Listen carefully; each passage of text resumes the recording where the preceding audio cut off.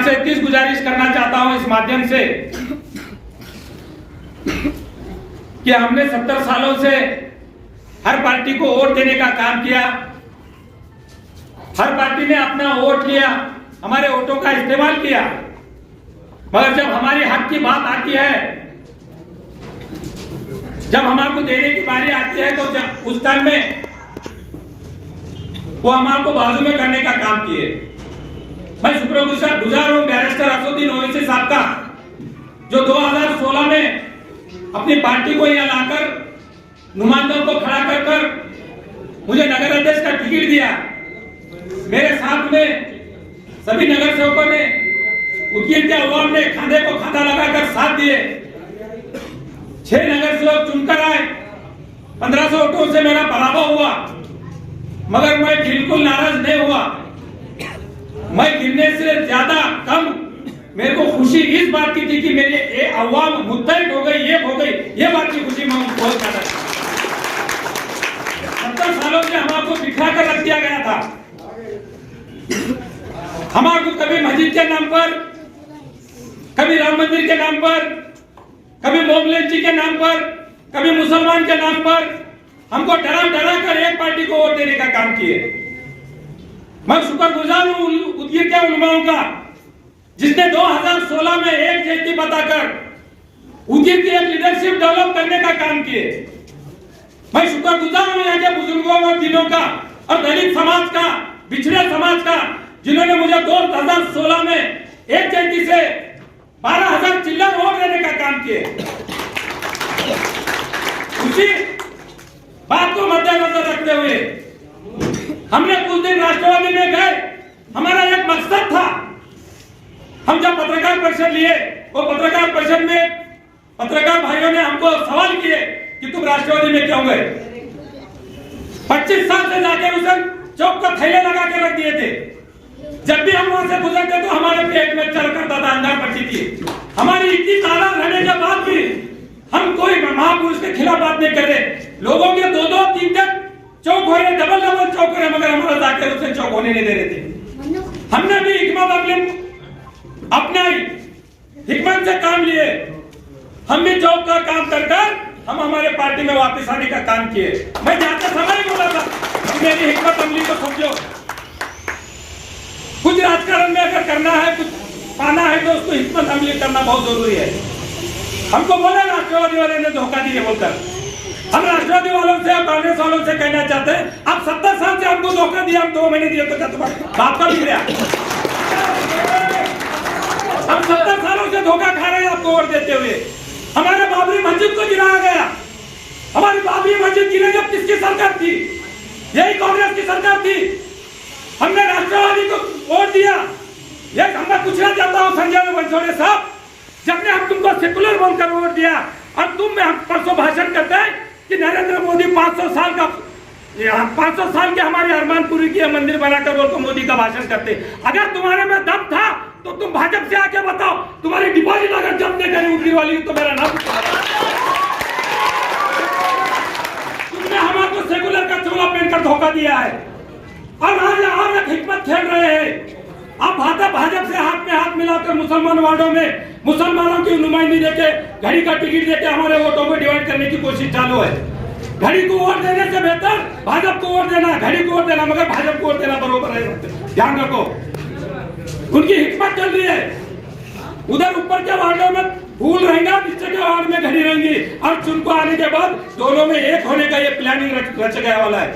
मैं मेरे भाइयों से कहना चाहता हूँ जो राष्ट्रवादी घड़ी में है, आप अल्लाह के वास्ते एक हो जाओ, इधर आ जाओ। मैं मेरी कुर्सी देने के लिए तैयार हूँ तुम्हारे को, तुम मेरे से सीनियर है। मैं कुर्सी के वास्ते नहीं कर रहा। अगर मैं कुर्सी के वास्ते करना रहता था तो मैं बहुत जल्दी आगे बढ़ जाता था। मुझे कौम की नुमाइंदगी करना है। बैरिस्टर असदुद्दीन ओवैसी साहब, खासदार इंचार्ज जलील साहब ने जो उदगीर वालों पर भरोसा किया है, मैं वो भरोसे को तोड़ने वाला नहीं। याद रखो भाइयों, तुम्हारे हमारे ऊपर भरोसा करके उन्होंने पार्टी को यहाँ लाया है। साजिशें चालू है।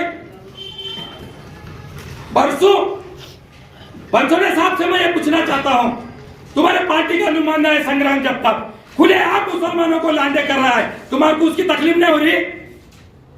तुम्हारे को सिर्फ मुसलमानों के वोट होना, सूरज चौहान बोलकर एक राष्ट्रवादी का प्रदेश अध्यक्ष है, उसको रेस्ट हाउस में कुछ शेतकरी संगठन के लोगों ने हाथापाई किए। 1-2 घंटे के अंदर, सुबह उसको प्रदेश अध्यक्ष है वो, 2 घंटे के अंदर उसको तुम पार्टी से निकाल दिए। ये संग्राम जब तक खुलेआम मुसलमानों को लांडे बोल रहा है, तुम क्यों नहीं उसका निषेध करते, हमको बताओ। मुसलमानों बहुत जाग चुका है, मुसलमानों को इतने दिन प्लेटफॉर्म नहीं था, स्टेज नहीं था। अब पार्टी हमारी है, स्टेज हमारा है, आप किसी से डरने का नहीं, ये बात ध्यान रखो। और सभी जाति और धर्मों को, पिछड़े वर्ग को लेकर चलने वाली ये अमान पार्टी है। और कितने तुम्हारे हम सबूत देना। आज हमारे लोगों को मेरे हुजूर के खिलाफ बोला गया, मेरे हुजूर के खिलाफ, अरे हमारा जीना मरना मायने नहीं रखता। आज हमारे हुजूर के खिलाफ अगर कोई बोली ना, तो हमारे बच्चों को कुर्बान कर देंगे, हम घास खा को रहेंगे, मगर हमारे हुजूर के खिलाफ कभी बात मत करेंगे। हुजूर के खिलाफ बोलने के बाद हमारी पूरा अहमियत, हमारी किस्मत, हमारी जान, हमारी माल हमारे हुजूर है। आज तुम्हारी हिम्मत इतनी बढ़ेगी कि तुम हमारे हुजूर के खिलाफ बोल रहे हैं। ऐसे 100 पार्टियां कुर्बानी, ऐसे 100 औहदे कुर्बानी, ऐसे 100 नगर पालिका कुर्बानी हमारे हुजूर के सामने। और कुछ लोग हमको बोल रहे हैं तुम अल्लाह के नाम को, हुजूर के नाम को मत बोलो। क्यों ना को बोलो? हमारा वजूद हमारे हुजूर है, हमारी कामयाबी हमारा हुजूर है, हमारी आखिरत हमारे हुजूर है। तुम उनको अनाप शनाप बोलेंगे तो क्या मुंह में मूंगली डाल को रखेंगे?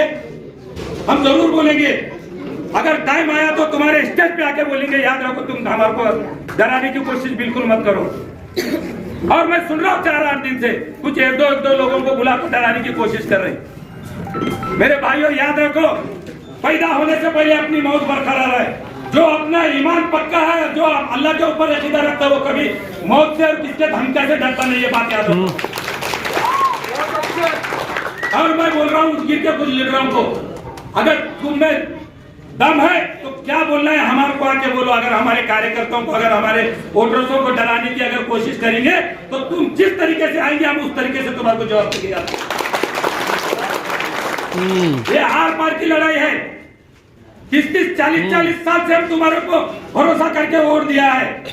उदगिर की आवाम ने क्या किया? तुम आवाम का तुम वोट लेते गए, कभी बीजेपी को सपोर्ट करे, कभी राष्ट्रवादी को सपोर्ट कर रहे।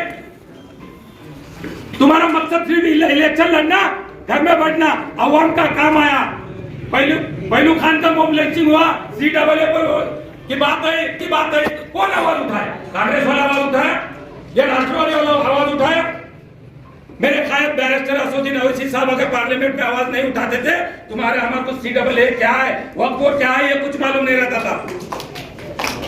जो आदमी अपने वास्ते रात दिन एक कर रहा है, खरबों अरबों की प्रॉपर्टी है, और हमारे आवाम के कुछ दलाल उनको बी टीम बोलते हैं।